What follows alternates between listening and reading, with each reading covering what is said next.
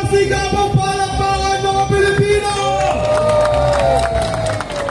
Welcome to the Copa West Philippine Sea, a three-part running event series created to raise awareness and support for the our nation's sovereignty in our claimed or treasured region. My name is Old Felix Nigel Dorado, and what a lovely Saturday morning, and I can feel the spirit and energy in the crowd of our crowd as you all prepare to run for a very significant cause to run for our nation's sovereignty in the West Philippine Sea. And with that being said, ladies and gentlemen, you must be very proud of yourselves because all proceeds of the event will fund the West Philippine Sea Education Campaign. And with that being said, ladies and gentlemen, before we proceed any further, let us all shout together from the top of our lungs. When I say West Philippine Sea, sabay-sabay po tayong sisigaw ng ang yaman nito ay para sa Pilipino. Again, ang yaman nito ay para sa Pilipino. Alright, from the top of our lungs, let's all shout.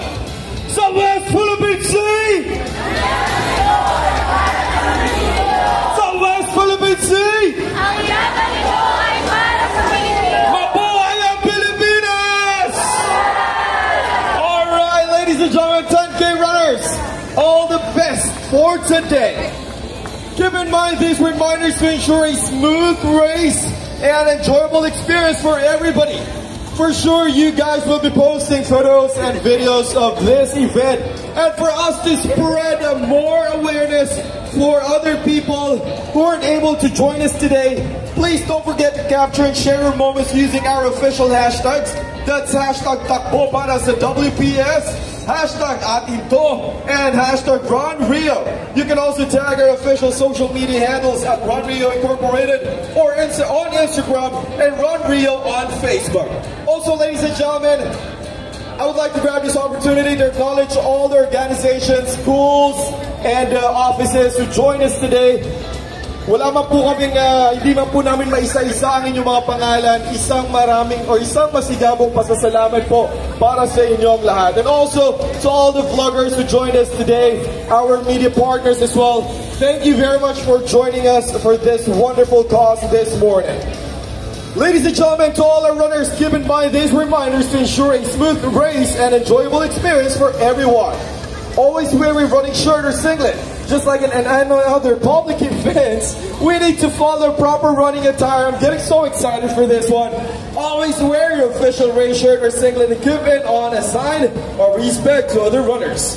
Faster runners, stay in front. Slower ones at the back. Though some of us run for leisure, meron pong iba na gustong makamit ang kanilang best running time, so it's best to position yourself according to how fast you plan to run. And of course, Run Rio recommends that the slower runners stay at the back of the pack to make way for those who want to cross the finish line at a faster pace. Share the road with other runners. Huwag po nating harangan ng ibang runners na manggagaling sa likod. If you need to stop for any reason, please move to the right side of the road and step off the course. Magbigayan po tayo mga Pilipino. Lower the volume of your music devices. This is for your own safety and for the other runners as well. Huwag po nating lakasan ng todo ang ating mga music. Tandaan po natin na hindi tayo mag-isa sa kalsada at kapag hindi po natin narinig ang ibang runners o mga sasakyan, ay baka po maaksidente tayo. Na-appreciate po natin yung mga music ng mga salamin-salamin, pero keep that by yourself. Alright? Alert pedestrians when passing through to avoid bumping into them or knocking them over. Signal when passing through. Do not litter. Use the trash bins along the route and be mindful of the environment. Also, bilang mga Pilipino, help your fellow runners. Kung may makita po kayong runner na nangangailangan ng tulong, tumulong po tayo o kaya't i-report ang kanilang number sa aid station at tandaan natin ang kilometer marker kung saan po natin sila nakita. We have medic personnel at all water stations. The emergency hotline is also indicated in all kilometer markers and directional signages. You may also alert the Run Rio Marshal so we can call on our emergency team immediately.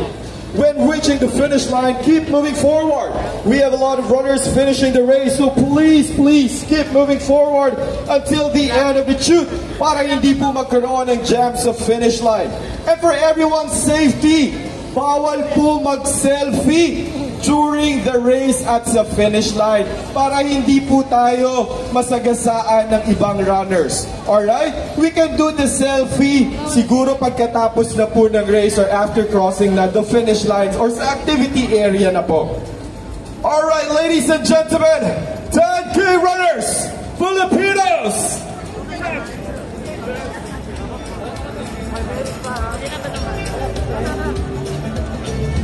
Let's all be ready!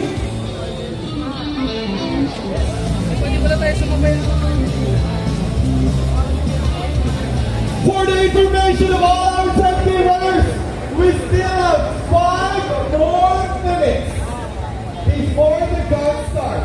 Come on, everybody! Filipino! Wala yun! I-bounce na lang ako. So guys, andito na po ang mga tatakbo para sa WPS. Napakaaga po, pero andito na po sila. Talagang sinagaan nila itong umaga. Ayan mga kababayan, ito na yung 10 km. Kanina po nasaksihan natin yung mga runners natin na 6 km. Ayan. Kaya sana po lahat ng Pilipino ay ganito.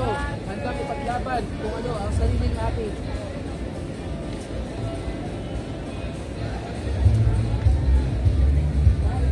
Once again, somebody,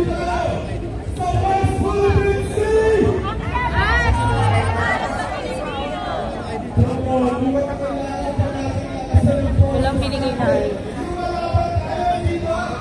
Wala pong binigay na ID. Ang laban nito ay laban sa Pilipino.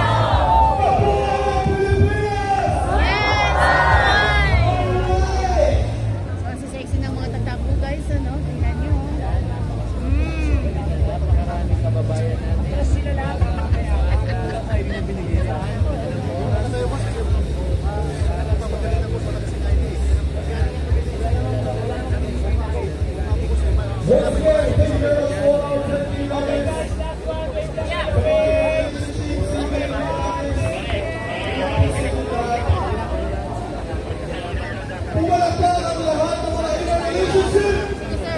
Okay everyone, atras po tayo, please. Atras lang po para makuha ng din namin ng maayos.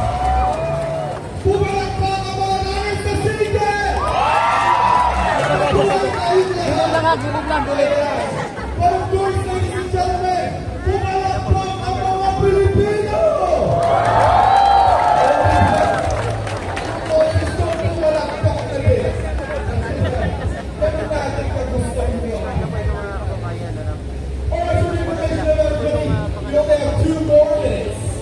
Yeah, 10 km siya.